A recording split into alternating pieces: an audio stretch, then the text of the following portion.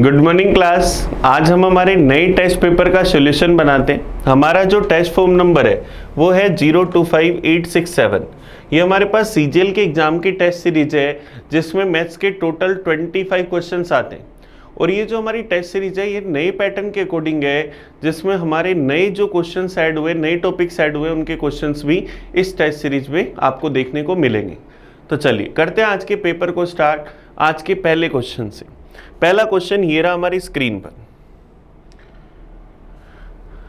हमें कह रहा है let a sequence be defined by a1 बराबर 1, a2 बराबर 1 एंड an बराबर an minus 1 plus an minus 2 for all n greater than 2। Find the value of a5 upon a4।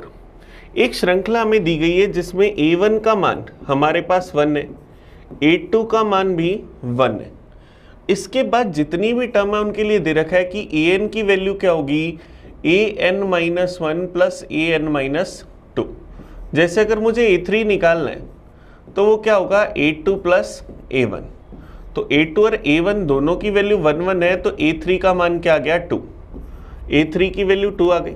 अब अगर a4 चाहिए तो a4 माइनस 1 मतलब a3, a4 माइनस 2 मतलब a2, a3 की वैल्यू 2, a2 की वैल्यू 1 मतलब a4 कितना आया, 3। a4 3 आया। अब हमें a5 तक की वैल्यू चाहिए, तो a5 क्या होगा, a4 प्लस a3। a4 हमारे पास है 3, a3 हमारे पास है 2, तो a5 कितना हुआ, 5। तो हमारे पास इस तरह से इनकी वैल्यू आ गई। अब मुझे क्या बताना है, a5 अपॉन a4। तो a5 5 है, a4 3 है, तो आंसर क्या आ जाएगा, 5/3। तो ऑप्शन बी हमारे पास इसका आंसर आ जाएगा।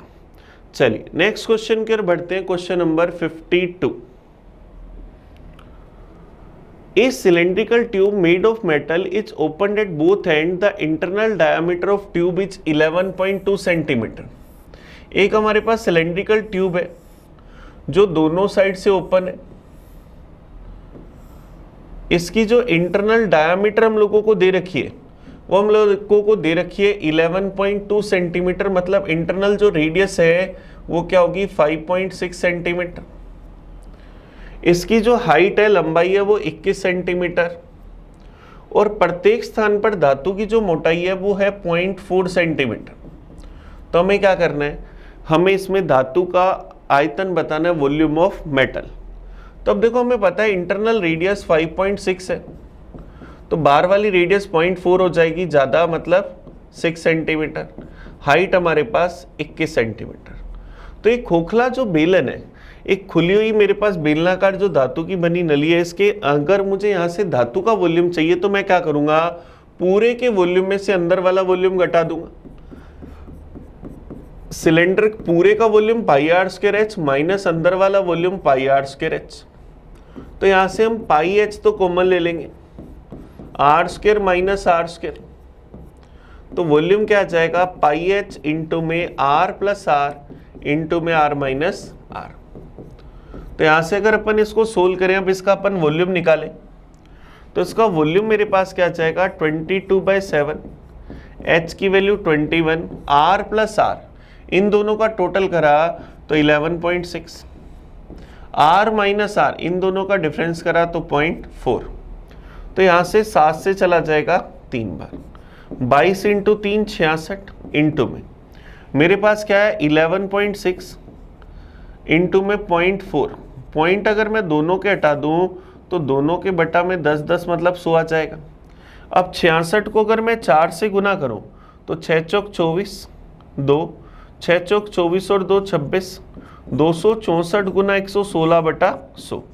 तो 264 और 116 का गुना कर ले तो क्या आ जाएगा, 6 चौक 24, 2 36 और 4 40 और 2 42, 4 6 दूनी 12 और 4 16 और 6 22 और 4 26, कैरी आ जाएगी 2 2 और 6 2 8 और 2 10, 0 कैरी आ जाएगी 1 और ये आ जाएगा 3।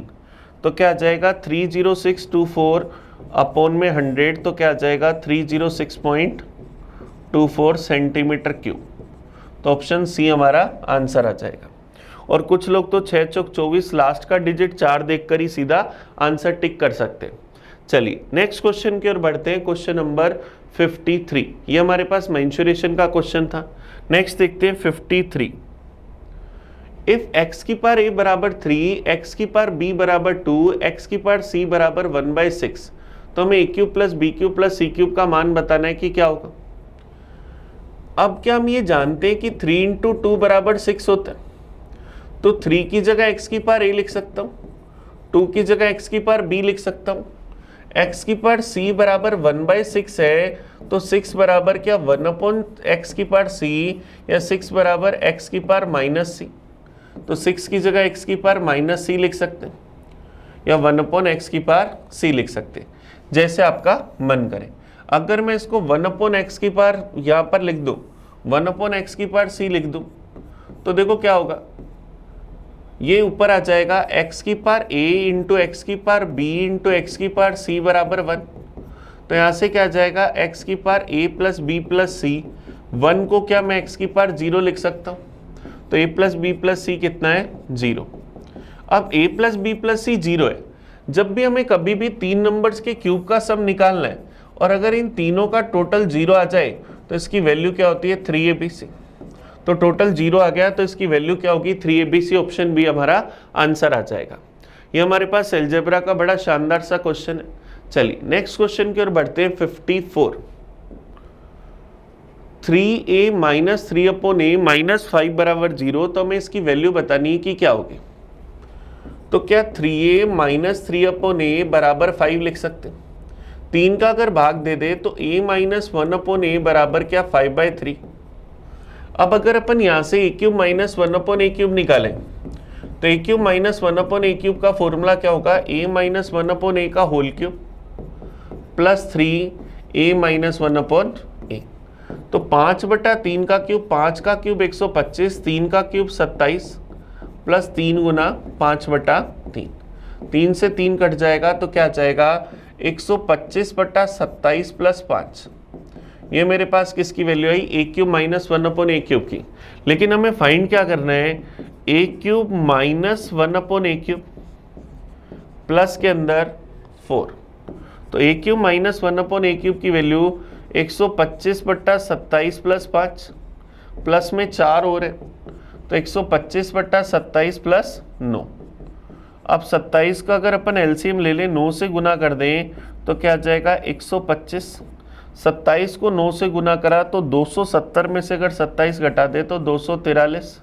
इनको अगर अपन ऐड कर दें तो क्या आ जाएगा 368/27। तो हमारा आंसर क्या आ जाएगा, ऑप्शन डी 368/27। ये इसका सही आंसर आ गया। नेक्स्ट देखते हैं 55 number. In triangle ABC 1/2 angle A, 1/2 angle C and 1/3 angle B का सम 80 डिग्री है। तो हमें B और C बताना है कि किसके बराबर है। 1/2 of angle A, 1/3 of angle B, 1/3 of angle C, इन सब का सम कितना है 80 डिग्री। पूरी इक्वेशन को अगर मैं 6 से मल्टीप्लाई कर दूं, 6 से अगर मल्टीप्लाई कर दूं तो क्या आ जाएगा, angle of 3 of A plus angle 2 of B plus angle 2 of C बराबर 6 इंटू 80 480। अब हमें पता है ट्रायंगल के तीनों इंटीरियर एंगल का सम 180 डिग्री होता है, तो ABC का सम 180 होगा। तो डबल करके अगर लिखूं तो 2 of angle A, 2 of angle B और 2 ऑफ एंगल C, 180 का डबल 360 डिग्री। इस इक्वेशन में से अगर मैं इसको घटा दूं तो एंगल A की वैल्यू क्या आ जाएगी 120 डिग्री। अब एंगल A अगर 120 डिग्री है, ट्रायंगल के तीनों एंगल का सम अगर 180 डिग्री होता है, तो बचे हुए दो एंगल्स का जो सम होगा वो कितना आ जाएगा 60 डिग्री। तो B और C का सम क्या आ जाएगा 60 डिग्री। ऑप्शन सी हमारा आंसर आ जाएगा। चलिए नेक्स्ट क्वेश्चन देखते हैं 56 number. The quadratic equation which roots are 3 and -1, तो हमें वो इक्वेशन बतानी कि क्या होगी। इक्वेशन के अगर हमें पता है कि रूट्स अगर अल्फा और बीटा है, अगर इक्वेशन के रूट अल्फा और बीटा है, तो अगर हमें वो इक्वेशन चाहिए तो इक्वेशन क्या होती है x² minus alpha plus beta into x plus alpha beta बराबर 0। अब अल्फा प्लस बीटा, अल्फा हमारे पास 3 है, बीटा -1 है, तो अल्फा प्लस बीटा क्या बनेगा 2, और अल्फा इंटू बीटा क्या बनेगा 3 इंटू -1, तो क्या आ जाएगा माइनस का 3 इंटू -1। यहां पर ये मेरे पास -1 है, अल्फा इंटू बीटा बराबर मेरे पास क्या लिखूंगा 3 इंटू -1, तो क्या आ जाएगा माइनस का 3, ऐसा हम कह सकते। तो मैं यहां पर अगर रख दूं तो एक्स स्क्वायर माइनस में अल्फा प्लस बीटा 2 है, तो क्या आ जाएगा माइनस का 2x -3 बराबर 0। तो हमारी इक्वेशन क्या आ जाएगी ऑप्शन बी। ऑप्शन बी इसका सही आंसर आ जाएगा, एक्स स्क्वायर -2x -3 बराबर 0। चलिए नेक्स्ट क्वेश्चन करिए 57। ABC can finish a piece of work in 10 days. A take 3 times as much as B and C together. B take 4 times as much as time A and C take together. In how many days A finish the work alone? हमें कह रहे हैं A का समय B और C के साथ काम करने के समय का 3 गुना है। B और C को अगर T डेज लगेंगे तो A का समय 3 गुना है, इसका मतलब A का टाइम क्या 3T डेज है। तो इनके टाइम का रेशो 1:3, तो एफिशिएंसी का रेशो 3:1। तो ए बी सी तीनों की टोटल एफिशिएंसी 4, तीनों की एफिशिएंसी 4, और हमें पता है तीनों मिलकर इस काम को कितने दिन में कर देते हैं 10 दिन में। तीनों की एफिशिएंसी का टोटल 4 टाइम 10 डेज, तो टोटल वर्क 10 इंटू 4 क्या आएगा 40। और यही काम अब हमें किससे कराना है ए से। तो ए कितना टाइम लेगा total work upon efficiency, total work 40, ए की एफिशिएंसी 1, तो 40/1 क्या आ जाएगा 40 डेज। तो ए इस काम को कितने समय में कर देगा 40 दिन में। ये हमारा आंसर आ गया। अगर हमें कोई और डाटा चाहिए होता, जैसे अगर हमें यहाँ से हमें बी का टाइम चाहिए होता तो हमें सेकेंड डाटा सोल्व करना पड़ता, और अगर सी का तो तीनों को कंबाइन करके सोल्व करना पड़ता। चलिए नेक्स्ट क्वेश्चन देखते हैं 58। A person was asked to state his age in year. His reply was, take my age 3 years hence, multiply it by 3 and then subtract 3 times of my age 3 years ago and you will know how old I am.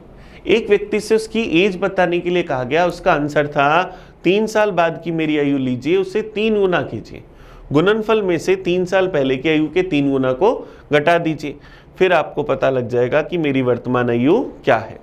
तो अब देखो हमारे पास इसमें 3 time frame की बात हो रही है। एक बात हो रही है प्रेजेंट की, एक बात हो रही है 3 साल पहले की 3 ईयर एगो, और एक बात हो रही है आफ्टर 3 ईयर की 3 साल बाद की। तो अगर मैं मान लूं कि वो प्रेजेंट में x ईयर का है, तो 3 साल पहले 3 साल छोटा था, x - 3 का था, और आज से 3 साल बाद वो 3 साल बड़ा हो जाएगा, x + 3 ईयर का हो जाएगा। तो इसने 3 टाइम फ्रेम की बात करी, प्रेजेंट की, 3 साल पहले की और 3 साल बाद की।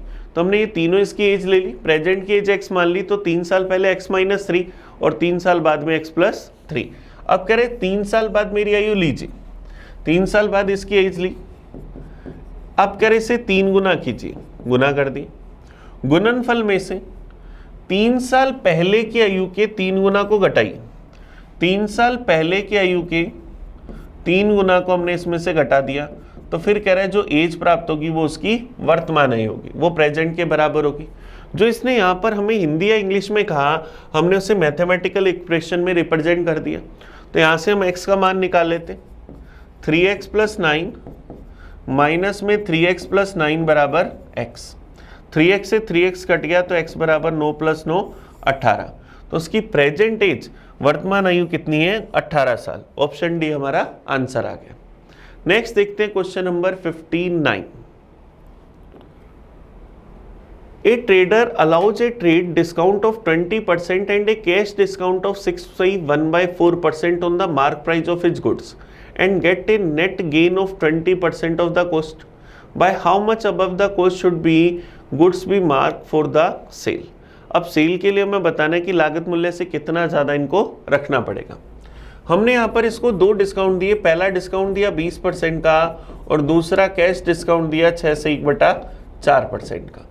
20% का मतलब 1/5, 6 से 1/4% का मतलब 1/16, 6 से 1/4% 1/16।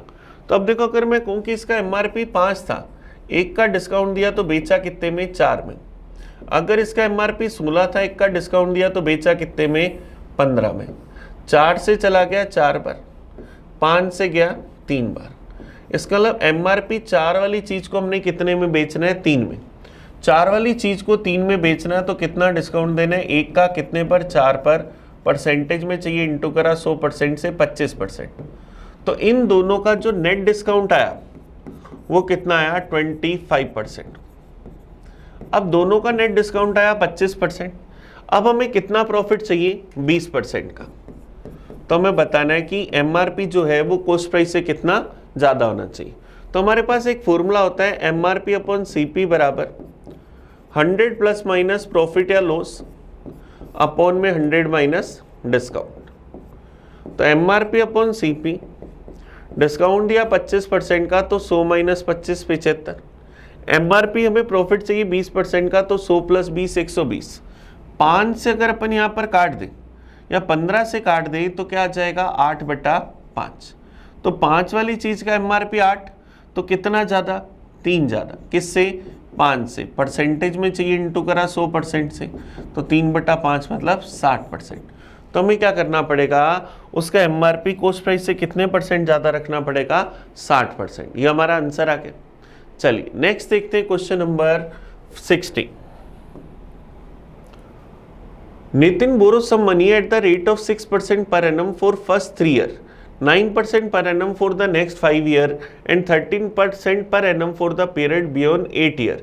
If the total interest paid by him at the end of 11 years is 8160, the money borrowed by him. अब हमें पता है पहले 3 साल के लिए रेट कितनी है, 6%।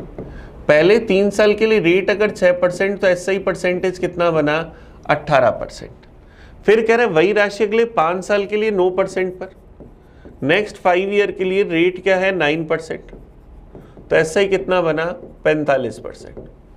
अब 5 और 3 8 साल होगी, टोटल हमारे पास टाइम 11 साल था। तो हमें पता है आगे कितने साल हुए, 3 साल।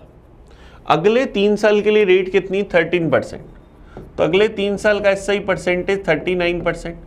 तो टोटल अगर मैं SI परसेंटेज निकालूं, SI हमें पता है 8160 रुपये, और SI परसेंटेज की वैल्यू अगर निकालूं तो 8 और 5 13 और 9 22, कैरी आ जाएगी 2। तो मेरे पास क्या जाएगा, 2 3 और 7 और 3 10, 102%। SI कितना बना, 102%। उसकी वैल्यू 8160 रुपये, और हमें क्या चाहिए, प्रिंसिपल। तो 8160 रुपीज की वैल्यू 102%, वैल्यू चाहिए 100% की।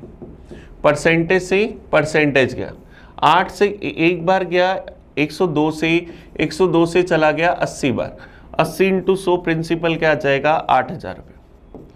तो उसने जो उधार ली राशि वो कितनी थी, 8000 रुपये। मतलब प्रिंसिपल से ज्यादा उसने ब्याज पे कर दिया। चलिए नेक्स्ट क्वेश्चन देखते हैं 61। The stock of wheat in the ration shop is sufficient for 42 say 6/7 week if the quantity of the ration per head is 1750 gram of wheat. If the amount of ration per head is rise by 2 kg of the wheat, then the stock will run for how many weeks? हमें बताना है कि कितने सप्ताह चलेगा। हम प्रत्येक व्यक्ति को अगर 1750 ग्राम देते हैं तो इतना सप्ताह चलता है। अब अगर राशन की मात्रा 2 किलोग्राम बढ़ा दें तो ये राशन कितने सप्ताह चलेगा। अब राशन तो फिक्स ही है, पहले राशन है 42 से 6/7 सप्ताह का, जब प्रत्येक व्यक्ति को खाना मिल रहा है 1.75 kg। अब इसी राशन को चलाएंगे x सप्ताह, जब 2 kg बढ़ा देंगे तो 3.75 kg। चलिए x की वैल्यू निकालते हैं। तो यहाँ से क्या जाएगा, 7 दूनी 14, कैरी आ गई 1, 7 चौक 28 और 1 29, 294 प्लस 6 300/7 इंटू में 1.75 बराबर x इंटू 3.75। पॉइंट से पॉइंट घट गया। 75 से अगर इसको काटे तो ये चला गया 4 बार, ये चला गया 5 बार। 7 से काटूँ तो 7 दूनी 14, 35 चला गया 5 बार, 5 से चला गया 5 बार, 5 इंटू 4, तो x की वैल्यू 5 इंटू 4 मतलब 20। तो ये जो राशन है वो कितने सप्ताह चलेगा? 20 सप्ताह। ये हमारा आंसर आ जाएगा। तो आंसर क्या आ जाएगा? ऑप्शन ए, क्योंकि राशन सेम था, पहले जितनी खपत होगी अब भी उतनी होगी, तो दोनों को अपन ने इक्वल रख दिया, यहां से हमने वैल्यू निकाल ली। चलिए नेक्स्ट क्वेश्चन देखते हैं 62। A can contain a mixture of two liquid P and Q। यहां पर B नहीं है भाई, यहां क्या है? Q। In the ratio 7:5 where 9 liter of the mixture can drawn off and the can filled with Q. The ratio P and Q becomes 7:9. How many liter of the liquid P was there in initially? हमें कह रहे एक डिब्बे में दो द्रव हैं P और Q, इनका इनिशियली जो रेशियो था 7:5 था। अब हमने कह रहा है इसमें से 9 लीटर मिक्सचर निकाल लिया, 9 लीटर मिक्सचर निकाला, 9 लीटर मिक्सचर निकालने के बाद भी तो P और Q का रेशियो 7:5 ही रहेगा, और उसके बदले हमने क्या करा? 9 लीटर द्रव Q मिला दिया। 9 लीटर द्रव Q मिलाया ताकि इसका रेशियो क्या हो जाए? P और Q का 7:9 हो जाए। तो हमें बताना है इनिशियली में P की मात्रा कितनी थी। चलिए ट्राई करके देखते। देखिए ट्राई करने की कोशिश करें अगर अपन, तो मुझे यहाँ पर पता है कि 7 का 7 ही रहा, क्योंकि हमने इसमें कुछ ऐड नहीं करा, लेकिन ये 5 से 9 हो गया, कितना बड़ा? 4। 4 की वैल्यू कितने लीटर? 9 लीटर। 4 की वैल्यू 9 लीटर, तो ये 7 और 5 कितना था? 12। तो 12 की वैल्यू अगर निकालें तो 9/4 गुना 12, तो क्या जाएगा? 27 लीटर। इसका मतलब ये नया जो सॉल्यूशन था, अब जो हमारे पास सॉल्यूशन है वो कितने लीटर है? 27 लीटर। कितना है? 27 लीटर। 9 लीटर मिक्सचर निकालने के बाद 27 लीटर, इसका मतलब इनिशियली कितना था? 36 लीटर। 27 प्लस 9 36 लीटर, और इस 36 लीटर को किस रेशियो में बांट दें? 7:5 में। तो P की वैल्यू चाहिए तो 36/12 गुना में वैल्यू चाहिए 7 की, तो ये चला जाएगा 3 बार 7 है 21 लीटर। तो द्रव P की इनिशियली मात्रा क्या थी? 21 लीटर। ये हमारा आंसर आ गया ऑप्शन सी। चलिए नेक्स्ट क्वेश्चन देखते हैं, क्वेश्चन नंबर 63। A/B बराबर C/D, तो हमें बताना है कि इनमें से कौन सा सही है। अब अगर A/B बराबर C/D है, यहां से अगर मैं C/D रूल लगा दूं तो मैं क्या लिख सकता हूं? A + B/A - B बराबर C + D/C - D। ये हमारे पास ऑप्शन सी में है, तो यही हमारा आंसर है, क्योंकि ये बराबर नहीं होता, ऐसा कोई रूल नहीं है। ये बराबर नहीं होता, ये बराबर नहीं होता, ऐसा कोई रूल नहीं है। और आप चाहो तो इनकी वैल्यू अज्यूम कर सकते हो। मान लो A और B को हम यहाँ 5 और 10 अज्यूम करें, और C और D को अगर अपन यहाँ पर 10 और 20 अज्यूम करें, तो आप खुद चेक करके देख लो कि ये सेटिस्फाई करता है क्या। तो यहाँ से क्या आएगा? 10 15 बट्टा में 5 का स्क्वायर 25, यहाँ से मैं करूँगा तो 30, मेरे पास यहाँ से मैं C का स्क्वायर करूँगा तो क्या आएगा? 100। तो क्या 15/25 30/100 के बराबर है? नहीं, मेरे पास बराबर नहीं है। ये बनेगा 3/5 और ये बनेगा 3/10, तो कहीं भी इक्वल नहीं है। तो इस तरह से ये सारे कट जाएंगे, सिर्फ सी इसका सही आंसर आ जाएगा। चलिए नेक्स्ट क्वेश्चन देखते हैं 64। To win an election a candidate need 3/4 of the vote cast. If after 2/3 of the vote have been counted, a candidate has 5/6 of that what he needs, then what part of the remaining vote does he still need? अब देखो इसके बटा में 6, 3 और 4 है। तो अगर मैं मान लूँ कि टोटल जो यहाँ पर वोट है वो मेरे पास कितने आ जाएंगे? 4 × 12 × 6 72। टोटल वोट मैं अज्यूम अगर कर लूँ 72। तो अब हमें क्या करें? To win an election a candidate need 3/4 of the vote cast. अब 3/4 वोट उसे चाहिए जो डाले जाएंगे। तो after 2/3 of the vote counted he had 5/6। ठीक है, मान लिया टोटल जो वोट डाले गए वो कितने हैं? 72। विनर को कितने वोट चाहिए? 72 का 3/4 मतलब 54। विनर को कितने वोट चाहिए? 54। अब कह रहे हैं 2/3 वोट काउंट होने के बाद काउंट कितने हो गए? 2/3। तो 72 का अगर अपन 2/3 निकालें तो क्या आ जाएगा? 48 काउंट हो गए। तो हमें कह रहे हैं 2/3 of the vote has been counted, the candidate has 5/6 of the he needed. उसको जितने चाहिए थे उसके 5/6 मिल गए। तो 54 के अगर मैं 5/6 निकालूं तो उसको कितने वोट मिल गए?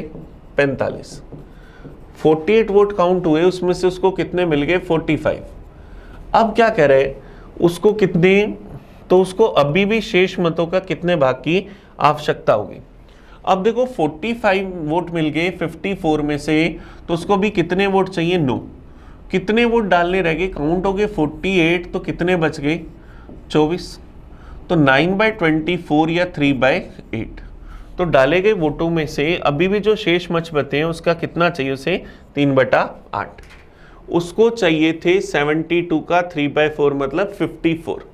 उसमें से 45 उसको मिल गए, तो बचे कितने? 9। 48 वोट काउंट हो गए 72 में से, तो बचे कितने? 24। तो 9 वोट चाहिए कितने में से? 24 में से। तो 9/24 या 3/8। तो बचे हुए का कितना भाग चाहिए? 3/8। चलिए नेक्स्ट क्वेश्चन देखते हैं 65। ये हमें दे रखा है find the value of A so that it can divide by 3, 7, 11 and 13। 7, 11 और 13 से हम लोगों को डिवाइड करना है और उसका रूल बताना है कि क्या होगा। अब देखो जो हमारे पास ये नंबर है इसमें कितने डिजिट है? 3, 6, 9, 2, 11। ये हमारे पास डिजिट्स हैं। अब हमें 7, 11, 13 इन सब से डिवाइड करना है और 3 से भी डिवाइड करना है। ए का मान बता दें। आप इस वैल्यू को ध्यान से देखो तो 1, 2, 3, 4, 5, 6, फिर वापस से आ रही है 5, 4, 3, 2, लेकिन यहाँ 1 की जगह क्या है? 6। अगर मैं ये नंबर मानता हूँ 1, 2, 3, 4, 5, 6, 5, 4, 3, 2, 1, अगर मैं ऐसा मान लेता हूँ तो मैं चेक करता हूँ क्या कि इसके अंदर 3, 7, 11, 13 से डिवाइड हो रहा है क्या?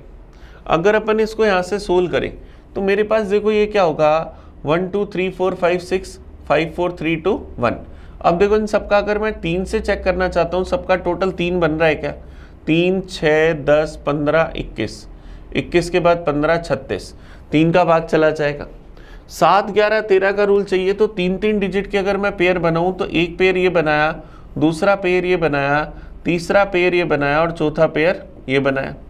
अल्टरनेटिव पेयर्स का सम करा और इनका डिफरेंस निकाला तो 5, 4, 9, 6, 5, 9, 999, माइनस में क्या जाएगा? 333।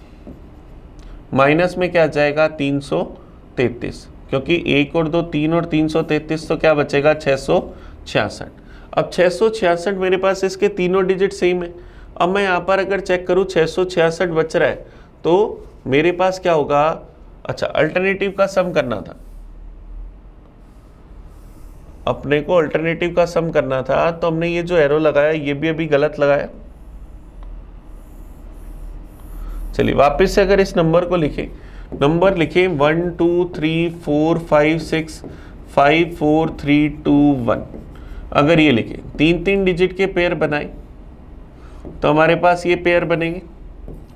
अल्टरनेटिव पेयर्स का सम करेंगे, इन दोनों का सम करूंगा तो क्या जाएगा? 666। इन दोनों का सम करूंगा तो 666। डिफरेंस क्या है? 0। डिफरेंस 0 आया, इसका मतलब 7, 11, 13 सबका भाग जाएगा और 3 का हमने पहले ही चेक कर लिया।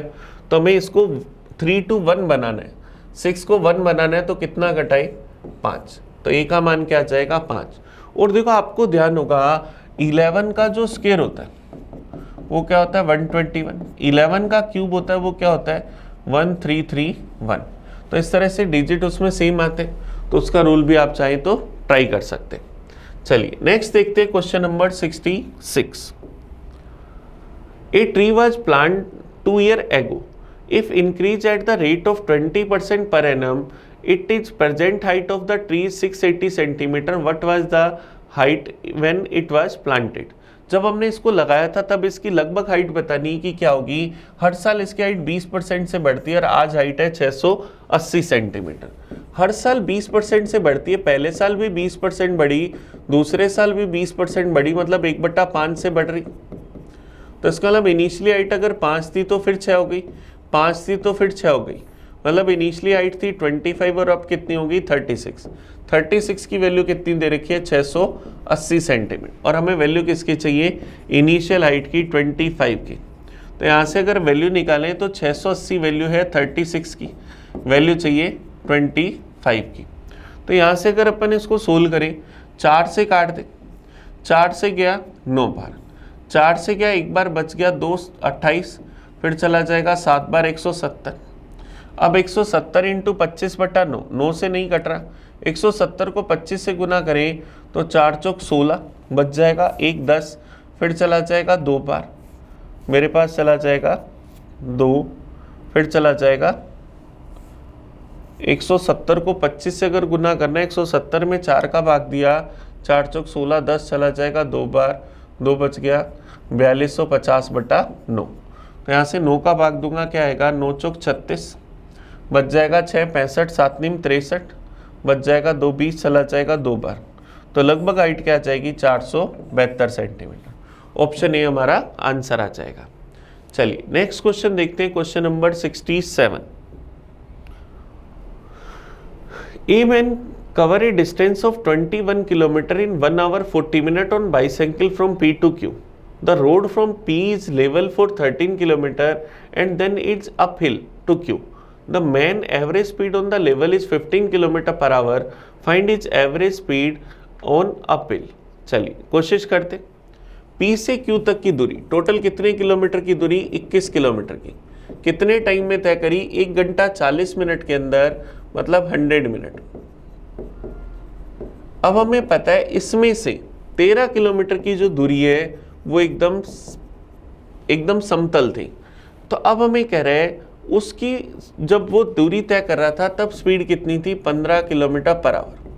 तो ये 13 किलोमीटर दूरी तय करने में कितना टाइम लगा, टाइम होगा distance upon speed 13/15, kilometre per hour को मीटर, यहाँ से किलोमीटर पर आवर है 13/15, किलोमीटर से किलोमीटर कट गया 13/15 घंटे, मिनट में बदलना है तो 60 से गुना कर दो, तो 15 से गया 4 बार, 13 चौक 52 मिनट, मतलब 13 किलोमीटर की दूरी 52 मिनट में तय करी। 100 मिनट में से 52 मिनट उसने 13 किलोमीटर चलने में लगाए, तो टाइम कितना बचा, 48 मिनट। दूरी हमारे पास कितनी बची, 8 किलोमीटर। ये 8 किलोमीटर की दूरी 48 मिनट में तय करनी है और स्पीड बतानी। स्पीड होती है distance upon time, distance 8, time 48 minute, hours में बदला, 60 का भाग दिया, 8 से गया एक बार, ये गया 6 बार, 60/6 10 किलोमीटर पर आवर। तो अपहिल वाली जो दूरी है उसके लिए इसकी स्पीड क्या होगी, 10 किलोमीटर पर आवर, क्योंकि 48 मिनट में 8 किलोमीटर चलना है तो स्पीड क्या आई, 10 किलोमीटर पर आवर। चलिए नेक्स्ट देखते हैं, क्वेश्चन नंबर 68। देखो 68 हमें क्या करे, if the length of diagonal DF, AG and CE of the cube shown in the adjacent figure are equal to the 3 sides of a triangle, then the radius of the circle circumscribing the triangle will be। अब देखो हमें कह रहा है DF, एक ये वाला diagonal दे रखा है DF, दूसरा ट्रायंगल दे रखा है AG, ये वाला डायगोनल, और तीसरा डायगोनल दे रखा है CE, ये वाला डायगोनल। इसके मतलब क्यूब के जो डायगोनल विकर्ण होते हैं, तो क्यूब की साइड अगर मैं A मानूं तो इसका जो डायगोनल होगा वो क्या होगा, √3 है। तो मेरे पास इन तीनों को मिलाकर अगर मैंने एक ट्रायंगल बनाया तो उस ट्रायंगल की भुजाएं क्या है, √3 है। उस ट्रायंगल की भुजाएं √3 है, तो मुझे बताना है उस सर्किल की रेडियस जो इसको सरकमस्क्राइब करे। तो सरकम सर्किल की जो रेडियस होती है वो क्या होती है, A/√3। A/√3 का मतलब साइड अपॉन √3। सरकम सर्किल की जो रेडियस होती है वो होती है साइड अपॉन √3। तो अगर मेरे पास ट्रायंगल की साइड √3a है तो √3 का भाग दूंगा तो रेडियस कितनी आ जाएगी, a। रेडियस a आ जाएगी, इसका मतलब सरकम सर्किल की रेडियस इस क्यूब की भुजा के बराबर होगी, तो equal to the side of cube, तो घन की भुजा के बराबर होगी। कह रहे यदि समीपवर्ती आकृति में घन के विकर्णों की लंबाई त्रिभुज की 3 भुजा के बराबर है तो त्रिभुज का चक्कर लगाने वाले वृत्त की त्रिज्या घन की भुजा के बराबर होगी। ये हमने प्रूव कर लिया। चलिए नेक्स्ट देखते हैं, question number 69। ABCD is a parallelogram with AB is equal to 10, AD is equal to 6 centimeter. The bisector of A meet DC in E and is extended to meet BC produced at F. तो CF की लंबाई बतानी कि क्या होगी। अब देखिए हम लोगों को पता है कि हमारे पास हमारे पास क्या है, ए बी सी डी एक समांतर चतुर्भुज है, ए बी सी डी एक समांतर चतुर्भुज है जिसमें ए बी 10 सेंटीमीटर है, ए डी हमारे पास 6 सेंटीमीटर है। हमें कह रहा है कोण ए का द्विभाजक डी सी से ई पर मिलता है। ये एंगल ए, इसका एंगल बाइसेक्टर जो है वो डी सी से किसी बिंदु ई पर मिलता है, और फिर हमें कह रहा है ई पर मिलता है और आगे बढ़ाने पर बी सी को एफ पर मिलता है। अब थोड़ा सा अपन इसका डायग्राम अच्छे से बना लेते हैं। एंगल बाइसेक्टर अपन यहां से बना लेते हैं। ये हमने इसका एंगल बाइसेक्टर बनाया, बी सी को आगे बढ़ाने पर किसी बिंदु एफ पर मिलता है, यहां पर इसको ई पर मिलता है। तो हमें क्या करना है, सी एफ की लंबाई बतानी है कि कितनी है, सी एफ की लंबाई हमें फाइंड करनी है कि कितनी है। तो अब देखिए ध्यान देना, अगर मैं क्या करूं, इसको आगे एक्सटेंड कर लूं और इसको इससे मिला दूं, इसको आगे एक्सटेंड कर दो और इससे मिला दो, ये इसका एंगल बाइसेक्टर है। इसका मतलब अगर ये थीटा था तो ये भी क्या होगा, थीटा। यह आमने सामने की साइड समांतर है, यह आमने सामने की साइड समांतर है और मेरे पास आमने सामने की साइड बराबर भी होंगी। ये 10 सेंटीमीटर है तो ये भी कितनी होगी, 10 सेंटीमीटर। इस पॉइंट को अपन कोई भी नाम दे देते, जी नाम दे देते। अब देखिए ध्यान देना, ये एंगल बाइसेक्टर का काम कर रहा है। अब मुझे पता है ये थीटा है, ये थीटा है, ये थीटा है, तो मेरे पास ये वाला एंगल भी क्या होगा, थीटा, अल्टरनेट एंगल थ्योरम से, एकांतर खंड प्रमेय से। अब मेरे पास ये पूरा ए था तो ये भी सामने वाला पूरा ए होगा, थीटा है तो ये भी कितना होगा, थीटा, मतलब ये कोण बराबर हो गए। तो अपन ट्रायंगल अगर ए बी एफ को देखें तो ए बी एफ के अंदर ये वाला कोण और ये वाला कोण बराबर है, इसका मतलब ये भुजा और ये पूरी भुजा आपस में बराबर होगी। ये 10 है तो ये भी कितनी होगी, 10, ये दोनों आपस में बराबर होंगी क्योंकि एंगल हमने बराबर कर दी। 10 में से 6 ये है, ये मेरे पास बी सी 6 है तो ये कितनी होगी, 4। तो सी एफ की लंबाई क्या आ जाएगी, 4 सेंटीमीटर। ये हमारा आंसर आ जाएगा, ऑप्शन ए इसका सही आंसर आ जाएगा। हमने इसका एंगल बाइसेक्टर करा, अब ये समांतर है तो ये भी समांतर होंगी, ये भी आपस में समांतर होंगी क्योंकि आमने सामने की बजाय समांतर बन जाएंगे। तो मैं ये कह सकता हूँ ये एक समांतर चतुर्भुज है। ये मेरे पास अगर पूरा 2 थीटा था तो ये भी 2 थीटा होगा। थीटा अल्टरनेट एंगल से प्रूव कर लिया तो ये भी थीटा हुआ। ये दोनों बराबर तो दोनों के सामने की साइड भी बराबर। चलिए नेक्स्ट क्वेश्चन देखते हैं, 70 number. If the points are collinear then find the value a plus b. ये पॉइंट अगर सरीख है तो इन पॉइंट्स को हम लिखते हैं -1, 3, 4, -2 ए बी, और जो सबसे पहले लिखा उसको फिर से इनका क्रॉस मल्टीप्लाई करते हैं 12, माइनस में 2a माइनस में b बराबर, यहाँ क्रॉस मल्टीप्लाई करूंगा तो 2 + 4b + 3, इन दोनों को इधर लिया है, b इधर आते ही प्लस का 4b + b 5b, 2a इधर आते ही प्लस का 3a + 2a 5a, 2 इधर आते ही माइनस का 12 - 2 10, 5a + b बराबर 10, 5 का भाग दे दें तो a + b बराबर 2।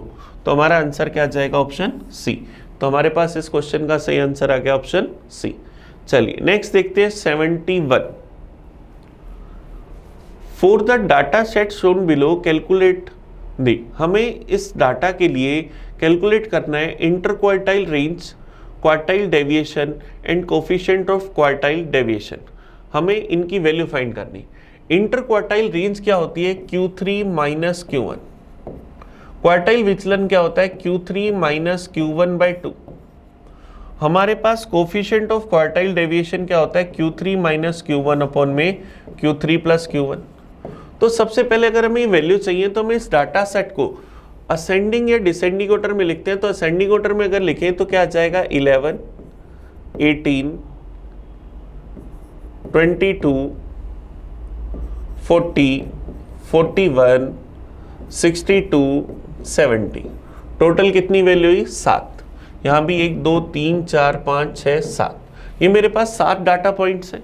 इन 7 डाटा पॉइंट्स का मुझे यहाँ पर क्या करना है, इंटर क्वार्टाइल रेंज निकालनी है। तो Q1 और Q3 फाइंड करना है। अब Q1 क्या होगा, टोटल स्टेप है 7, तो 7 + 1/4 स्टेप, 4th टर्म, तो क्या आ जाएगा 8/4। सेकेंड टर्म, तो सेकेंड टर्म हमारे पास क्या है 18, तो Q1 की वैल्यू क्या आ जाएगी 18। Q3 क्या होगा इसका 3 गुना, तो सेकेंड टर्म का 3 गुना मतलब 6 टर्म। छठी टर्म हमारे पास क्या होगी first second third fourth fifth six, Q3 क्या होगा 62। तो पहला हमें इंटरकोटाइल रेंज चाहिए, तो वो क्या होगा Q3 माइनस Q1, तो 62 माइनस 18 तो क्या आ जाएगा 44। अब 44 वाला एक ही ऑप्शन है तो ऑप्शन ए आंसर कर सकते हैं, चाहे तो सेकंड वैल्यू भी सोल्व कर सकते हैं। Quartile deviation Q3 minus Q1 upon में 2, तो 44/2 क्या बनेगा 22, दूसरी वैल्यू भी सेटिस्फाई हो रही है। Coefficient of quartile deviation Q3 minus Q1 upon में Q3 प्लस Q1, तो Q3 माइनस Q1 मतलब 62 माइनस 18 अपॉन में 62 प्लस 18, तो ये क्या है 44 और ये क्या हो गया 80, 4 से काट दिया तो 11/20, 11/20 का मतलब 0.55, तो ये हमारा आंसर आ जाएगा ऑप्शन ए। चलिए नेक्स्ट देखते हैं 72। 2 cards are drawn from a pack of 52 cards. The probability that one card is spread and one is a heart. हमें एक कार्ड के स्प्रेड और एक कार्ड के हार्ट होने की प्रोबेबिलिटी बतानी है कि क्या होगी। तो हमारे पास फेवरेबल आउटकम क्या है, हमें पता है स्प्रेड के 13 पत्ते होते हैं उसमें से एक पत्ता लेना, हार्ट के भी 13 पत्ते होते हैं उसमें से एक पत्ता लेना। तो फेवरेबल आउटकम क्या हुए 13C1 इंटू 13C1, एक पत्ता चाहिए स्प्रेड का और दूसरा एक ही पत्ता चाहिए हार्ट का। अब 52 पत्तों में से 2 पत्ते निकाले तो टोटल सैंपल स्पेस क्या होगा 50C22, तो ये हमारे पास इस इवेंट की प्रोबेबिलिटी आ जाएगी। फाइंड कर लें इसे, तो प्रोबेबिलिटी ऑफ इस इवेंट की क्या होगी 13 इंटू 13 अपॉन में 52 इंटू 51, ऊपर क्या आ जाएगा 2 इंटू 1, तो 2 से चला जाएगा 26 बार, 13 से क्या एक बार ये गया 2 बार, तो फिर यहाँ से अगर अपन इसको देखें तो मेरे पास क्या बचा 13 बटा में 51 इंटू 2 102, तो आंसर क्या आ जाएगा 13/102, तो ऑप्शन डी हमारे पास इसका सही आंसर आ गया। चलिए नेक्स्ट क्वेश्चन देखते हैं 73।